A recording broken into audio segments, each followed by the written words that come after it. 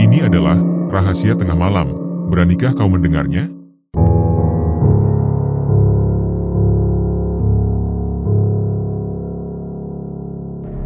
Pada masa kecil Hakim, ayahnya yang bernama Pak Malik pernah mengalami peristiwa luar biasa.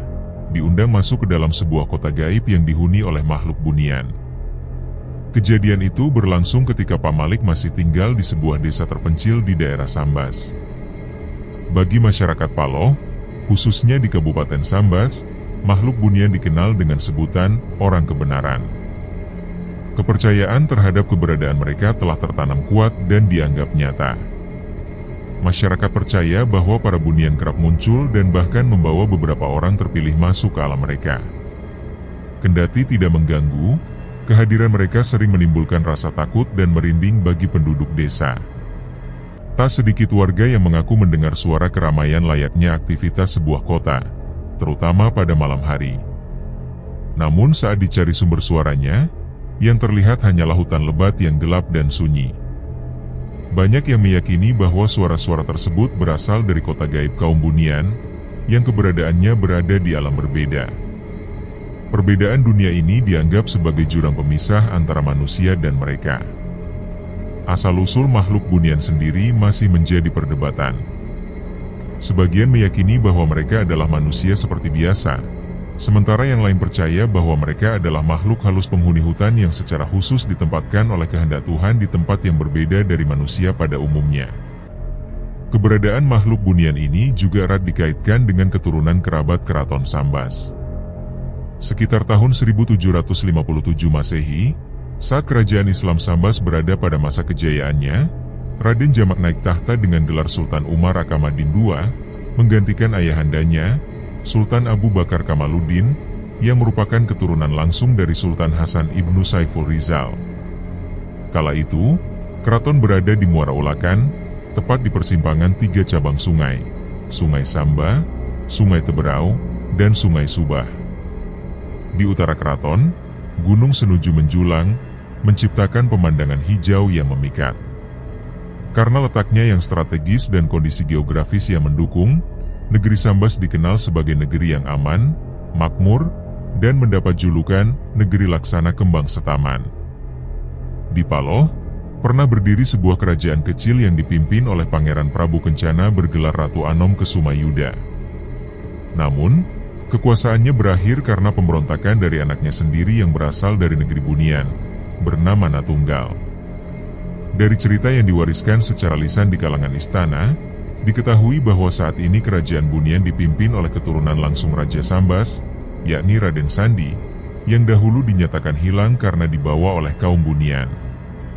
Kisah mengenai negeri bunian di hutan Paloh bukanlah isapan jempol. Pak Malik sendiri pernah mengalami peristiwa nyata yang sulit dilupakan seumur hidup. Ia pernah diundang masuk ke dalam negeri bunian dan menginap di kerajaan mereka selama 3 hari. Sejak kecil, Pak Malik memang tinggal di desa itu. Ia lahir dan dibesarkan di kampung yang sunyi dan jauh dari keramaian. Meski sempat mencicipi bangku sekolah, pendidikannya hanya bertahan hingga kelas 2 SD karena keterbatasan ekonomi dan jauhnya lokasi sekolah. Masa kecilnya banyak dihabiskan untuk bermain dan membantu orang tuanya yang bekerja sebagai petani penggarap lahan milik orang lain. Setiap panen, hasilnya dibagi sesuai kesepakatan, namun seringkali tidak cukup untuk kebutuhan sehari-hari. Walaupun begitu, keluarga Pak Malik tetap bersyukur karena hasil panen setidaknya bisa memenuhi kebutuhan makan. Setelah ayahnya wafat, Pak Malik menikah dengan seorang perempuan dari desa yang sama. Dari pernikahan itu, ia dikaruniai 2 anak, Hakim dan Iva. Sejak saat itu, tanggung jawab hidup semakin bertambah, membuat Pak Malik harus bekerja lebih keras. Karena tidak memiliki keterampilan lain, ia memilih melanjutkan pekerjaan orang tuanya sebagai petani. Dunia pertanian memang sudah lekat dengannya sejak kecil. Kampung tempat tinggal Pak Malik sangat terpencil, dengan jumlah keluarga yang sedikit. Suasana sepi sudah menjadi bagian dari kehidupan mereka, baik siang maupun malam. Namun meski demikian, kampung ini dikenal oleh masyarakat luar bukan karena hasil bumi atau keindahan wisata, melainkan karena kisah misterinya.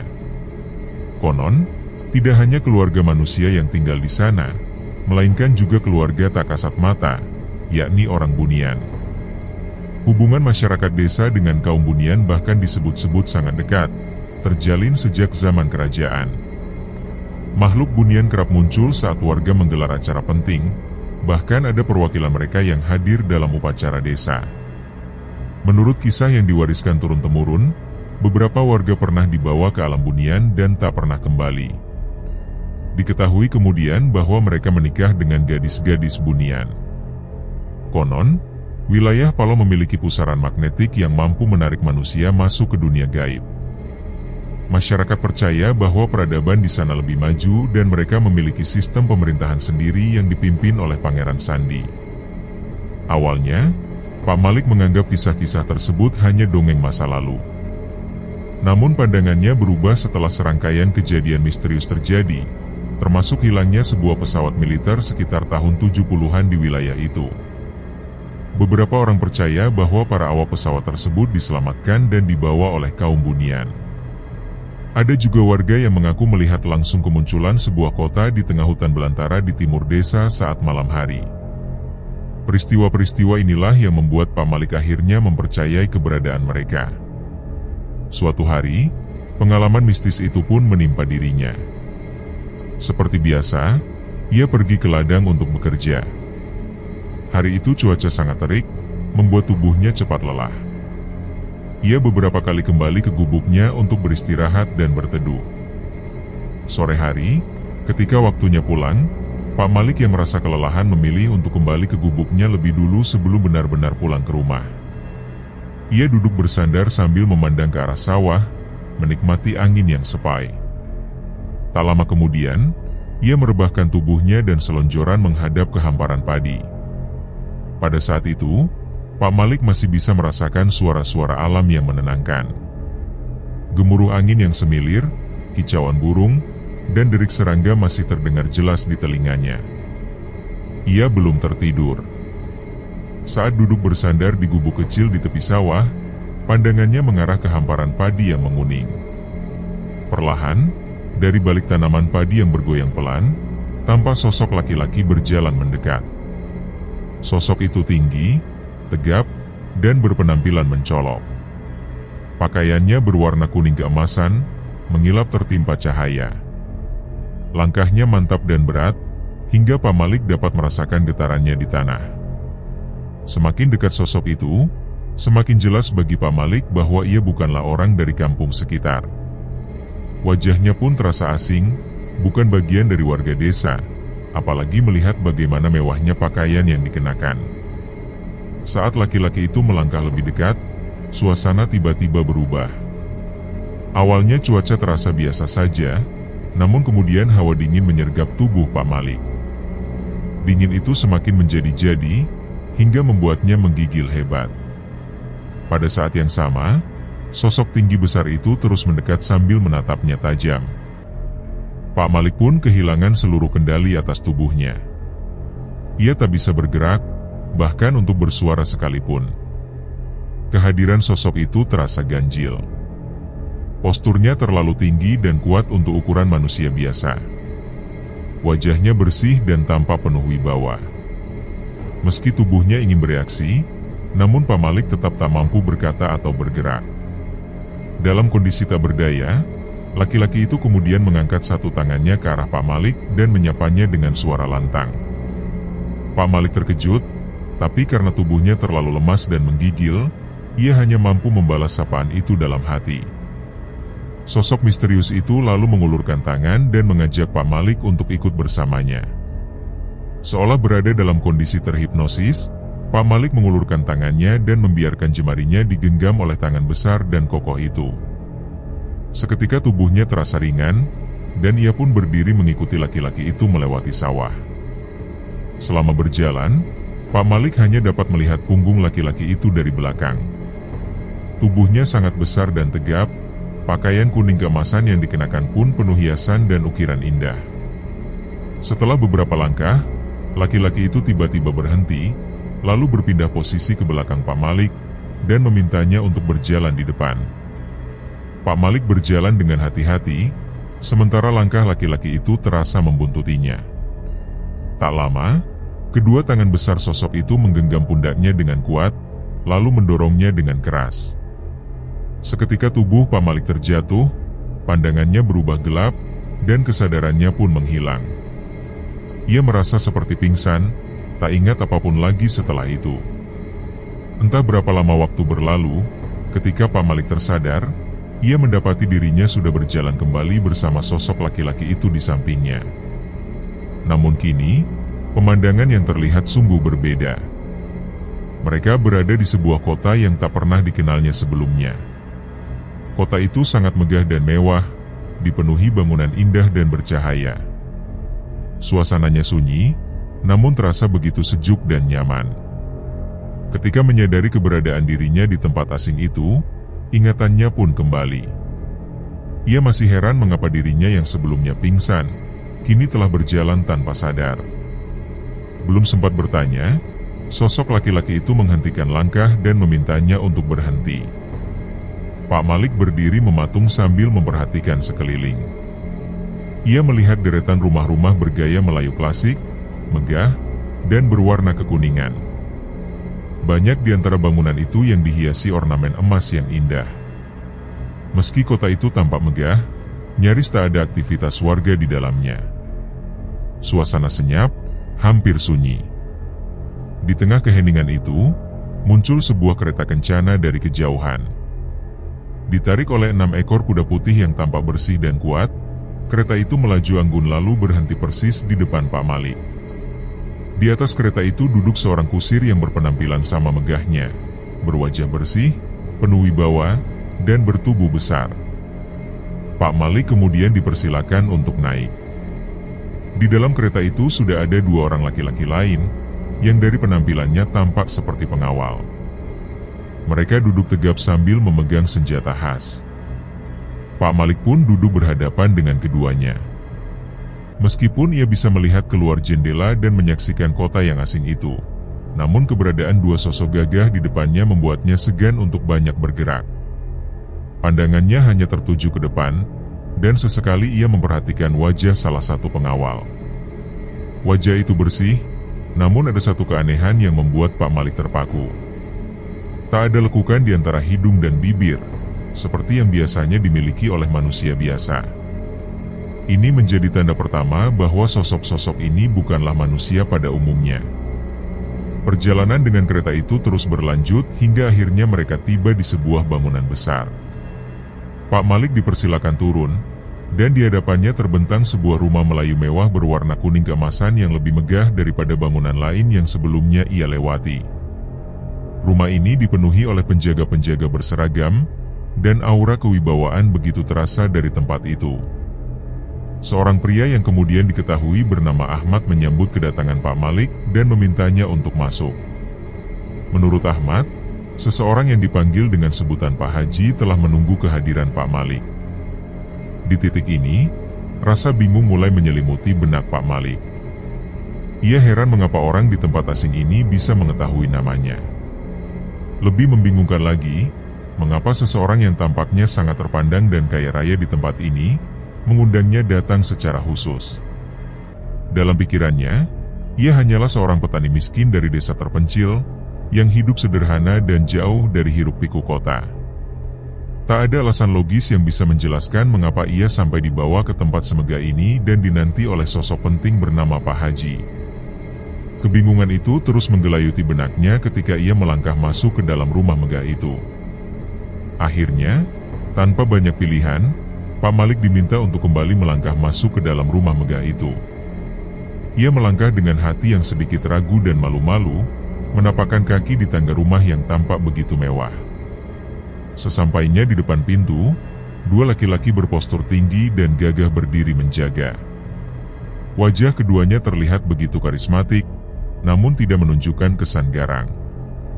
Tidak ada senjata yang mereka bawa, sehingga Pak Malik merasa tenang dan tak gentar untuk melangkah masuk.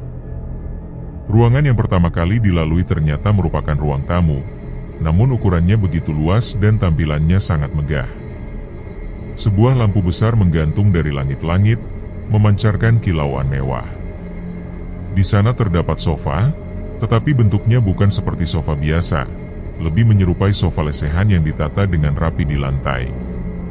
Pak Malik pun diminta duduk di sana, dan ketika ia duduk, ia merasakan kelembutan dan kenyamanan yang luar biasa dari sofa tersebut. Pandangan matanya berkeliling, memperhatikan detail interior rumah itu.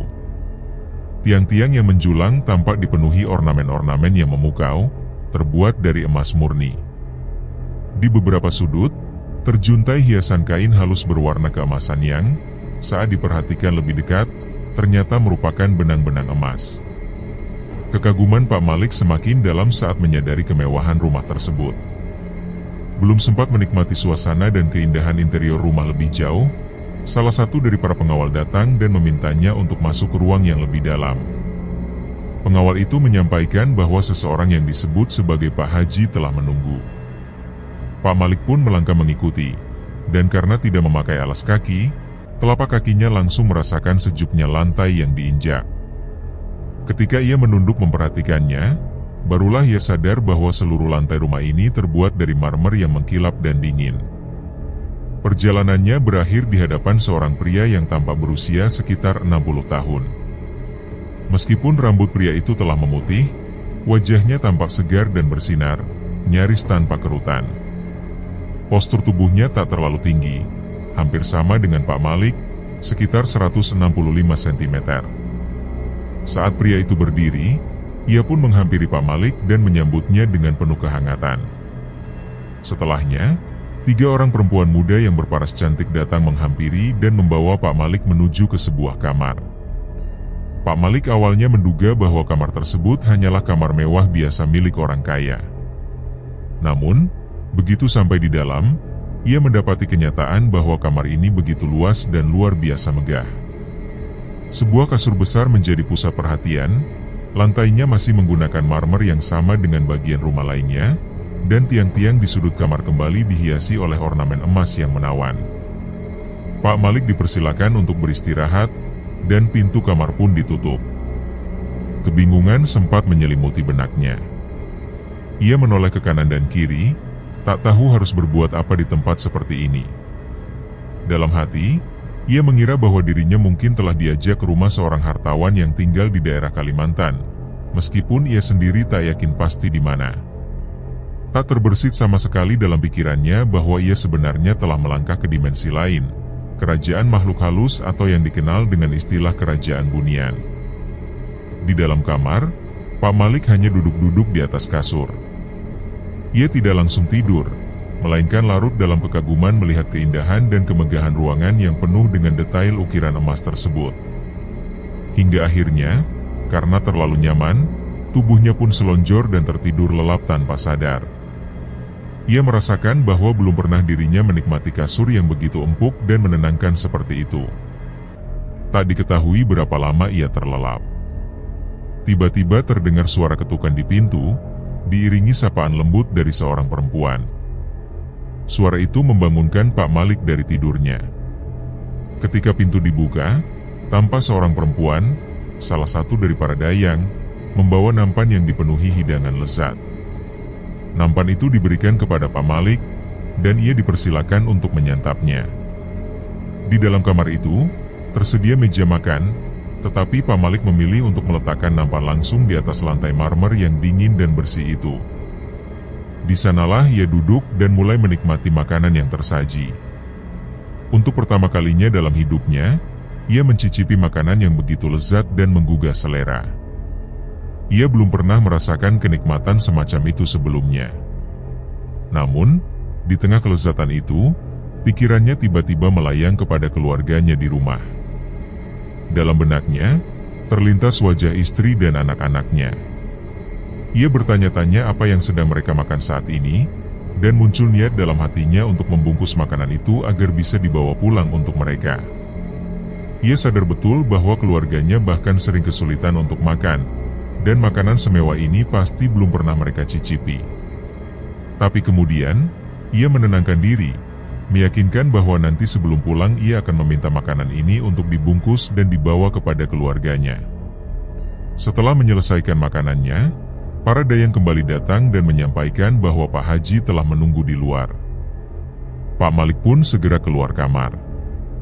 Ia tidak tahu pasti waktu saat itu, pagi, siang, sore, atau malam, karena tidak ada ventilasi di dalam rumah, dan penerangan hanya berasal dari lampu-lampu gantung mewah. Setibanya di ruang utama, Pak Haji sudah menanti. Dengan ramah, ia mengajak Pak Malik berjalan-jalan di sekitar tempat itu. Ini adalah kali pertama Pak Malik keluar dari rumah mewah tersebut dan melihat suasana sekeliling. Ternyata cuaca di luar begitu sejuk, dan sinar matahari pagi baru saja menyembul dari ufuk timur. Barulah saat itu ia sadar bahwa waktu telah berlalu 1 malam sejak ia datang. Pak Haji mengajak berjalan ke belakang rumah, di mana terbentang sebuah kebun yang sangat luas. Di kebun itu tumbuh berbagai jenis pohon buah, dan hampir semuanya sudah berbuah. Namun, buah-buahan yang dilihat Pak Malik tampak aneh dan tidak seperti biasanya. Ada buah yang menyerupai pepaya, tetapi ukurannya jauh lebih besar dan bentuknya lebih bulat. Ada pula buah yang menyerupai alpukat, namun tetap dengan ukuran yang jauh lebih besar dari alpukat yang biasa ia kenal. Pak Malik pun penasaran dan bertanya kepada Pak Haji tentang kenapa buah-buahan di sana begitu besar. Ia juga bertanya pupuk apa yang digunakan, dengan polosnya ingin tahu rahasianya. Pak Haji hanya tersenyum menanggapi pertanyaan itu, lalu mengatakan bahwa buah-buahan di sana memang pada dasarnya berukuran demikian. Bahkan, Pak Malik diberi izin untuk mencicipi dan membawa pulang buah-buahan itu jika ia berkenan. Setelah melewati kebun buah yang begitu luas dan menakjubkan, langkah Pak Malik akhirnya sampai di sebuah area terbuka yang menyerupai tanah lapang. Di sana, pandangannya disuguhi oleh pemandangan tak biasa, banyak perempuan anggun yang tengah berkuda dengan lincah. Kuda-kuda yang ditunggangi tampak bersih dan terawat, didominasi oleh warna putih bersih dengan ekor yang halus menjuntai, menambah aura elegan pada suasana pagi itu. Perjalanan berlanjut menjauh dari rumah besar yang sebelumnya mereka datangi. Setelah menempuh jarak yang cukup jauh, akhirnya mereka tiba di sebuah bangunan megah yang ukurannya jauh lebih besar dibandingkan rumah Pak Haji, bahkan bisa dikatakan 5 kali lipat dari rumah tersebut. Di bagian depan bangunan, terbentang taman yang luas, lengkap dengan air mancur yang memancarkan kemewahan dan ketenangan sekaligus. Saat berdiri di hadapan bangunan tersebut, Pak Malik tak mampu menyembunyikan kekagumannya. Ia sempat bertanya-tanya dalam hati, bangunan siapakah ini yang begitu mewahnya, bahkan melebihi tempat tinggal Pak Haji? Pak Haji yang berdiri tenang di sampingnya hanya menyunggingkan senyum, tangannya terlipat ke belakang tanpa memberi penjelasan apapun. Tidak ada keterangan yang disampaikan, seolah ingin membiarkan Pak Malik menebak-nebak sendiri. Tanpa memberi kesempatan lebih jauh untuk bertanya, Pak Haji kembali mengajak Pak Malik melanjutkan perjalanan. Setelah cukup lama berjalan, keduanya pun kembali ke rumah Pak Haji. Di sana, mereka disambut dengan hidangan dan dipersilakan makan bersama. Meski menikmati makanan tersebut, benak Pak Malik masih dipenuhi rasa penasaran terhadap bangunan megah yang mereka lewati sebelumnya. Pertanyaan itu akhirnya terlontar dalam bentuk permohonan sederhana, ingin tahu lebih jauh tentang bangunan tersebut dan berharap suatu saat bisa masuk ke dalamnya. Pak Haji yang sedang menikmati hidangan hanya menanggapi dengan senyum lembut, lalu memberi penjelasan singkat. Disebutkan bahwa bangunan megah yang sempat membuat Pak Malik tertegun itu adalah istana sang raja. Namun, belum waktunya bagi Pak Malik untuk masuk ke dalamnya. Janji pun terucap, bahwa suatu saat nanti, jika waktunya telah tepat, Pak Malik akan diajak masuk ke istana tersebut.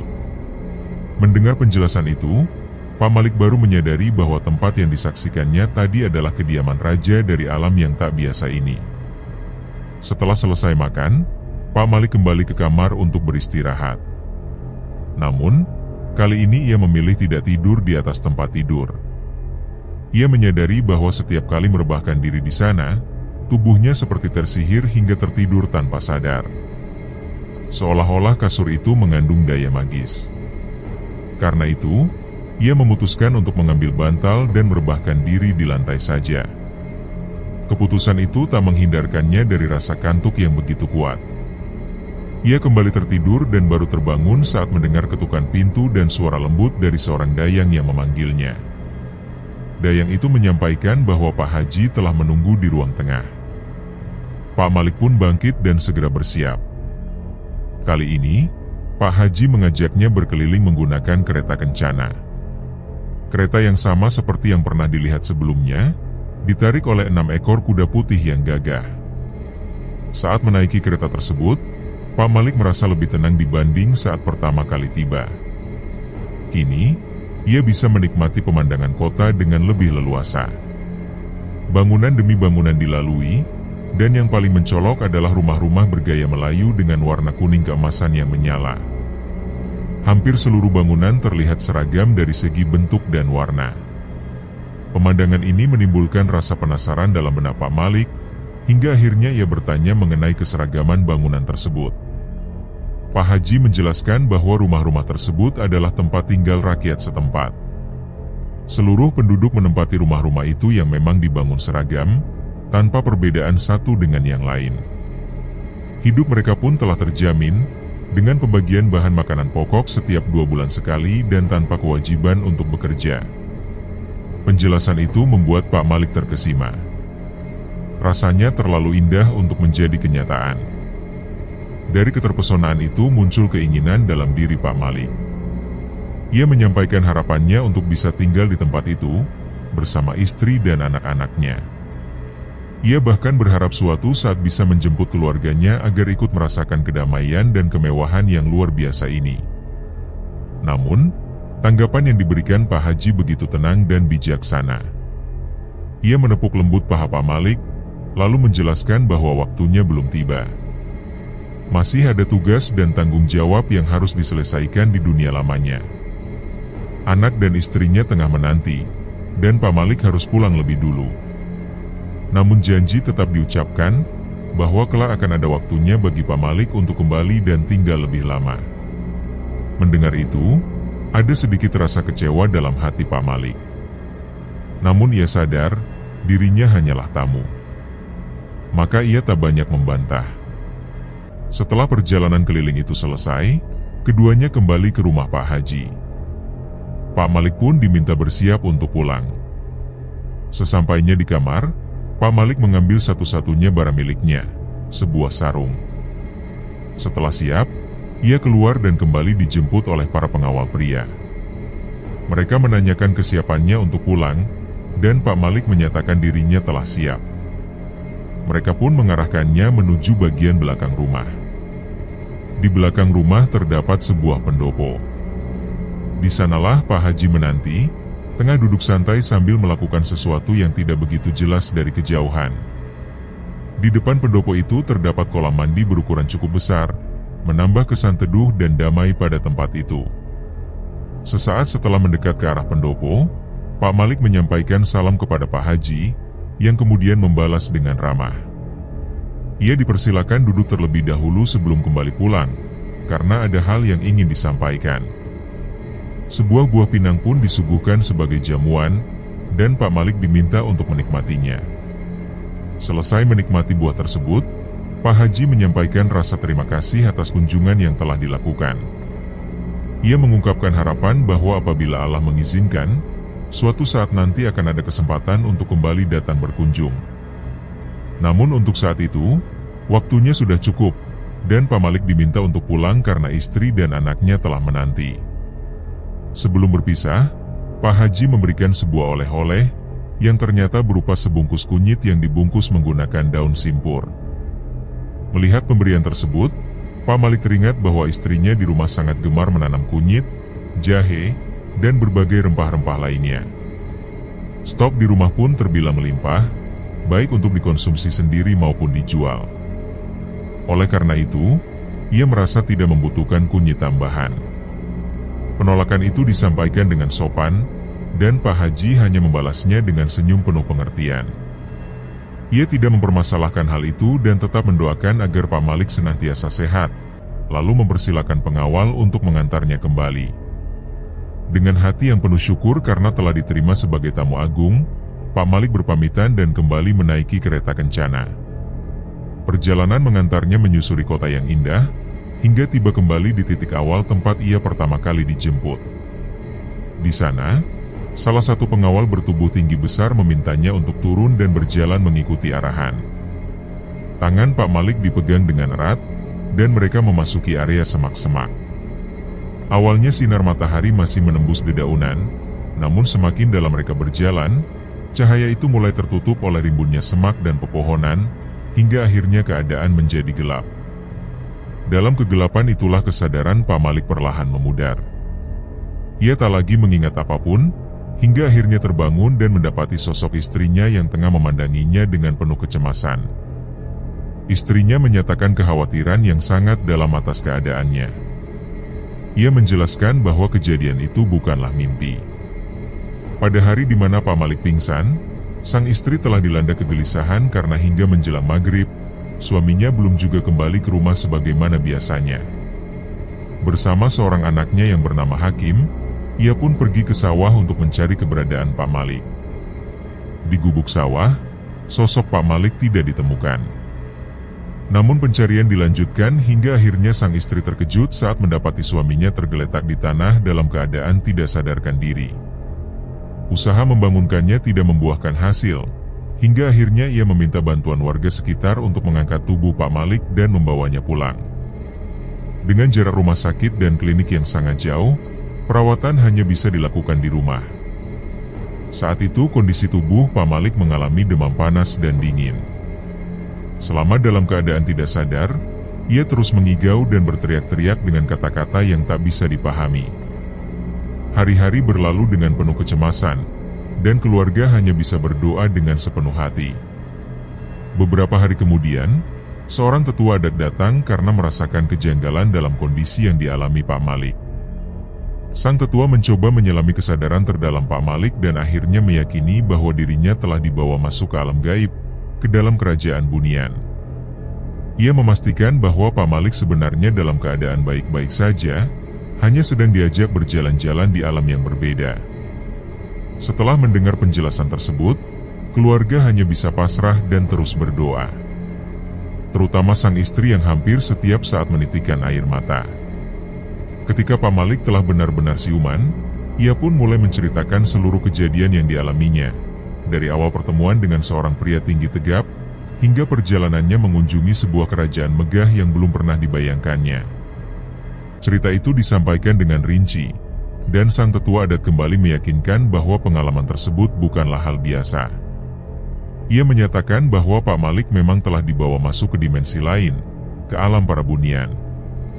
Barulah saat itu, Pak Malik menyadari bahwa kunjungannya bukan ke rumah orang kaya biasa, melainkan ke sebuah kerajaan dari dunia lain. 3 hari setelah kondisinya mulai pulih, Pak Malik mengalami sebuah mimpi.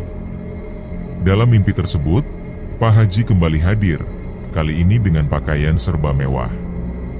Ia menyapa dan menanyakan kabar, serta menyampaikan penyesalan kecil atas penolakan oleh-oleh sebelumnya. Disebutkan bahwa apabila kunyit yang ditawarkan waktu itu diterima dan dibawa ke dunia nyata, maka kunyit tersebut akan berubah menjadi emas. Meskipun demikian, Pak Malik menerima kenyataan itu dengan ikhlas, menganggap bahwa mungkin itu memang belum menjadi rezekinya. Dalam mimpinya, ia tetap berharap suatu saat bisa kembali diundang, kali ini bersama istri dan anak-anaknya. Pak Haji hanya membalas dengan senyum hangat, kemudian berpamitan dan menghilang dari pandangan.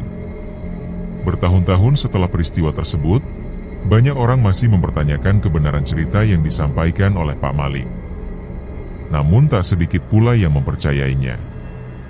Dari pengalaman itu, Pak Malik perlahan mengembangkan kehidupannya. Ia tidak ingin anak-anaknya mengalami nasib serupa dengannya sebagai petani yang hidup pas-pasan. Dalam setiap kegelisahan hidup yang ia alami, mimpi-mimpi tentang Pak Haji kerap hadir memberikan semacam petunjuk dan motivasi. Kata-kata yang datang dalam mimpi itu memberinya semangat untuk terus bangkit, hingga pada akhirnya Pak Malik mampu menyisihkan cukup uang dan memutuskan untuk pindah bersama keluarganya ke Balikpapan. Sejak saat itu, tak pernah lagi ia mendapat undangan untuk kembali ke alam Bunian. Namun tidak sekalipun ada penyesalan dalam dirinya. Ia tetap menyimpan semua kenangan itu dengan sangat jelas. Ornamen-ornamen emas yang ada di Istana Alam Bunian masih terekam begitu nyata dalam ingatannya, seolah baru saja ia tinggalkan.